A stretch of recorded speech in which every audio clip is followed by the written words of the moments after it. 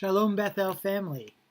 It is Thursday, once again time for our review of the Torah talk from Congregation Bethel in Norfolk, Virginia this past Shabbat. This Shabbat we read Parshat Ki Tetze.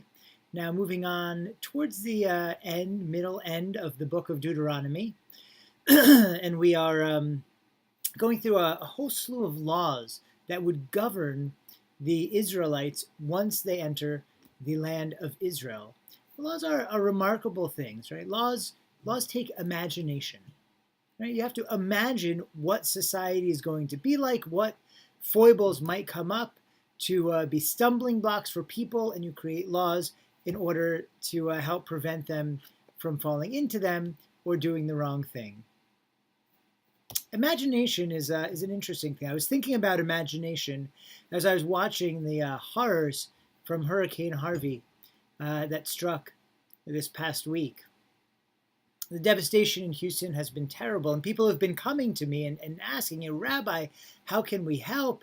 And we've talked about funds to help the Jewish community in Houston and the general community in Houston, ways to help organizations like the Red Cross, the American Red Cross, which does such important work and is doing such important work in Houston.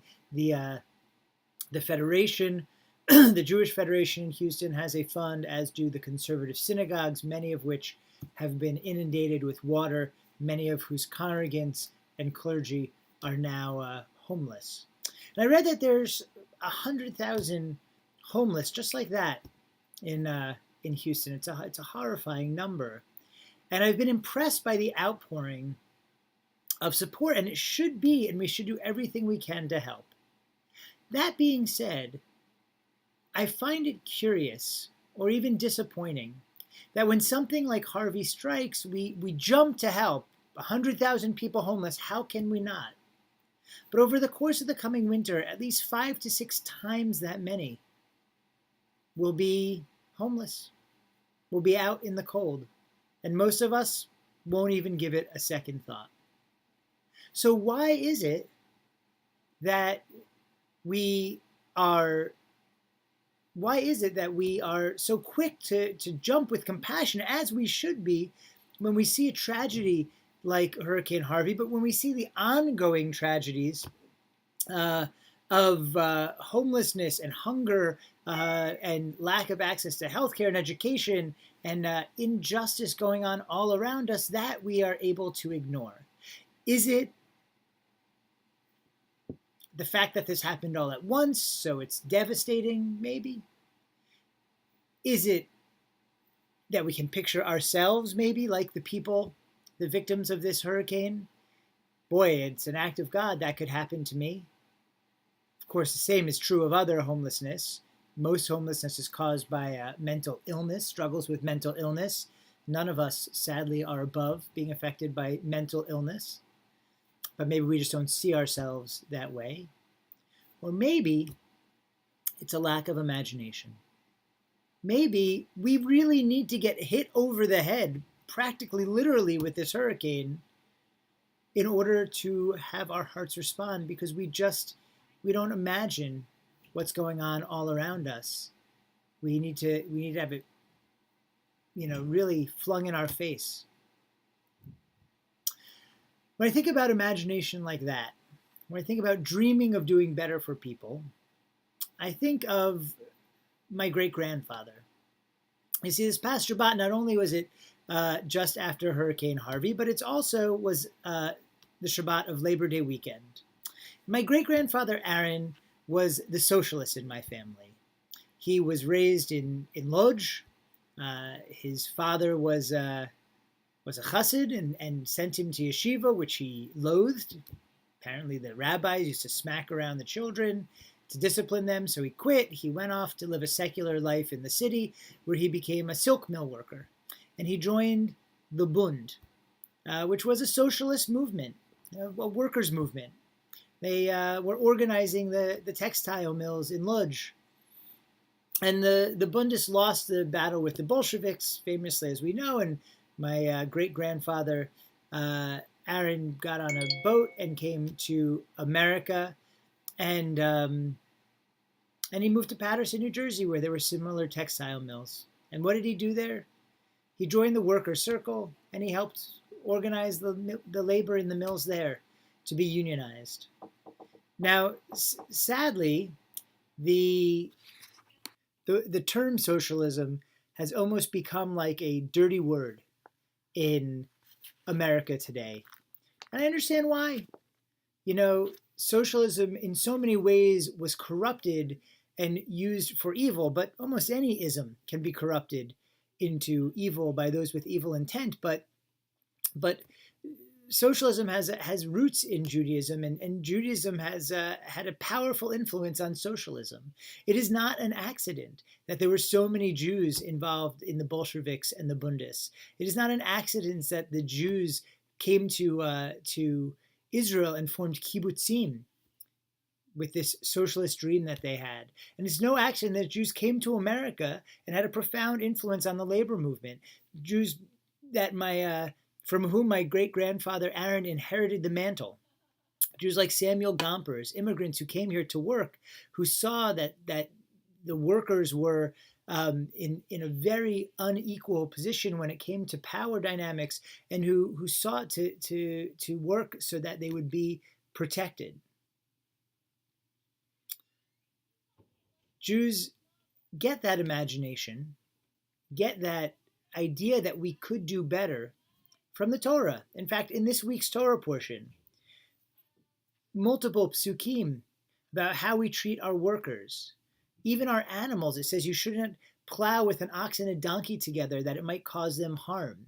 It says that if a slave, remember, a slave in the Torah is an indentured servant. Still not a nice thing, but not exactly what we think of in America when we think of slavery. But if a slave runs away, you were not permitted to return the slave to its master, but had to give him or her refuge, because that would indicate that they were being mistreated. Right? And you had to protect them. You could not charge interest, right? Those who were in poverty, who might need to take a loan, you were not allowed to charge them interest, because that would be taking advantage of them, and they needed protections. If you lend somebody something, these are all laws that you can find in Ki Tetze. If you lend somebody something, you couldn't go and they gave you something as collateral. You couldn't go to collect in their house. You could go right out to their side of this, but the house is a refuge. Every person, even a debtor, deserves some refuge, right? Similarly, if you hire workers, you're not allowed to hold their wages if they need to live off them and say, "Oh, I'll pay you tomorrow, I'll pay you next week," but you have to pay them immediately. And there's a famous story. The rabbis continued with these kinds of laws. A famous story of a rabbi who hires a bunch of workers, laborers, to move some wine jugs, and they drop them, break them all.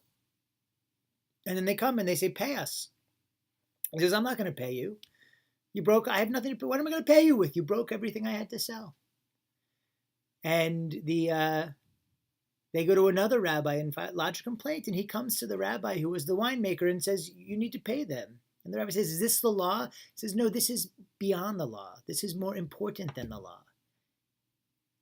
We need to treat those who we have power over justly." That is the inheritance of my great-grandfather. That is the inheritance of the laborers, the labor Zionists who founded kibbutzim, and those who dreamed of better conditions for workers. They inherited these ideas and principles from Parshat Ki Tetze, and they put them into effect. They saw things like the Triangle Shirtwaist Factory fire in 1911 that killed 147 women locked in a room with their sewing machines, mostly Jewish and Italian women. They saw the horrendous conditions, the hours people were made to work, and for little wages with no breaks. They saw how people were suffering. They looked at the psukim in the Torah, maybe not directly, but they understood those principles, and we have to do better by workers. Those are the ideals that our ancestors held dear. Now, I know that socialism, as it has manifest in many ways in this world, has been a failure. while certain aspects of socialism probably have succeeded, there's a lot of socialist things that we actually have in this country that work very well. Things like Medicare and those kinds of things. As a general system, it's been seen that it can be corrupted too easily, as so many idealistic dreams can, by evil people. But that doesn't mean we should stop dreaming. It doesn't mean we should stop imagining. Right? So yes, to come back to Hurricane Harvey and to recognize the legacy of the labor movement folks who we recognize this weekend. Yes, we should send aid to Houston. Yes, we should be moved to help and take care. It is horrible what has happened there. But we should also be moved to make a donation or volunteer at our local homeless shelters. It shouldn't take such a massive tragedy for us to recognize that homelessness is an evil that is all over our country all the time. If you're in our local community, make a donation to Nest. Or better, make a donation to Nest and come and volunteer for Nest when we're hosting in January. Notice those people around us in need of help and help. That will be the best tribute to those affected by Harvey, recognizing that there are people, human beings in need of help always, and being a helper, being an organizer of help, using our imaginations to recognize where things can and will go wrong and being someone who's there to help prevent it. That is the best thing that we can do. In that way, we can embrace not only the clear call of the Torah in today's portion to take care of those who are on the wrong end of power dynamics, but also we can embrace the legacy of the Jewish laborers and all the laborers who we celebrate on Labor Day weekend. I hope that we're all able to fulfill that ideal and use our imaginations to do good in the world. I wish you a Shabbat Shalom.